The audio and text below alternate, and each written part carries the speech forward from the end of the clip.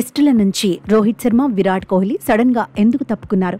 వారం వ్యవధిలోనే రిటైర్మెంట్ ప్రకటించడానికి కారణాలేంటి? ఇలా రకరకాల ప్రశ్నలు ఇంకా వినిపిస్తూనే ఉన్నాయి.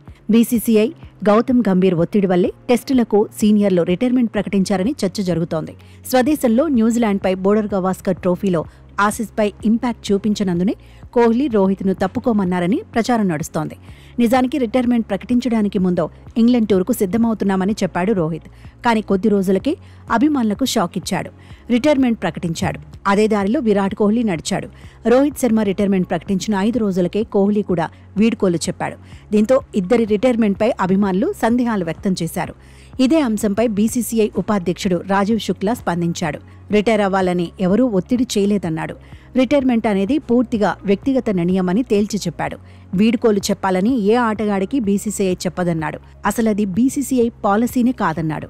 జట్టులో కోహ్లీ, రోహిత్ను మిస్ అవుతున్నామన్నాడు. देखिए, I want to make it very clear once for all. हम सबको भी रोहित और विराट की कमी महसूस होती है, लेकिन रोहित और विराट ने अपना खुद ये फैसला लिया. बीसीसीआई की पॉलिसी है, कभी हम किसी प्लेयर को नहीं कहते हैं कि कब वो रिटायरमेंट ले और किस फॉर्मेट से ले. ये प्लेयर के ऊपर होता है कि कब वो रिटायरमेंट ले. इन दोनों का ये खुद का फैसला था. खुद उन्होंने रिटायरमेंट लिया है. हमें उनकी कमी हमेशा खलती रहेगी.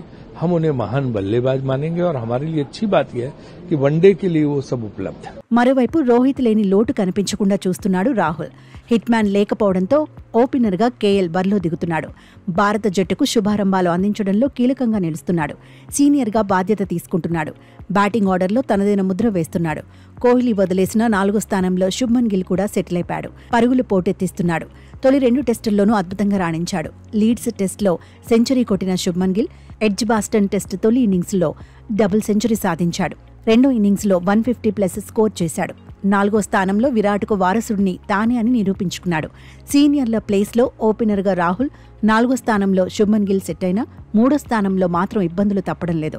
4వ స్థానానికి శుభ్మన్ వెళ్లాక 1 డౌన్లో సాయి సుదర్శన్ 2 ఇన్నింగ్స్ ఆడాడు. అరంగేట్ర మ్యాచ్లో ఇంపాక్ట్ చూపించలేకపోయాడు. ఆ తర్వాత కరుణ్ నాయర్ కూడా 1 డౌన్లో ఆడాడు. కానీ అంచనాలు అందుకోలేకపోయాడు. 4వ టెస్టులో 1 డౌన్లో ఎవరు బరిలో దిగుతారనేది ఆసక్తికరంగా మారింది.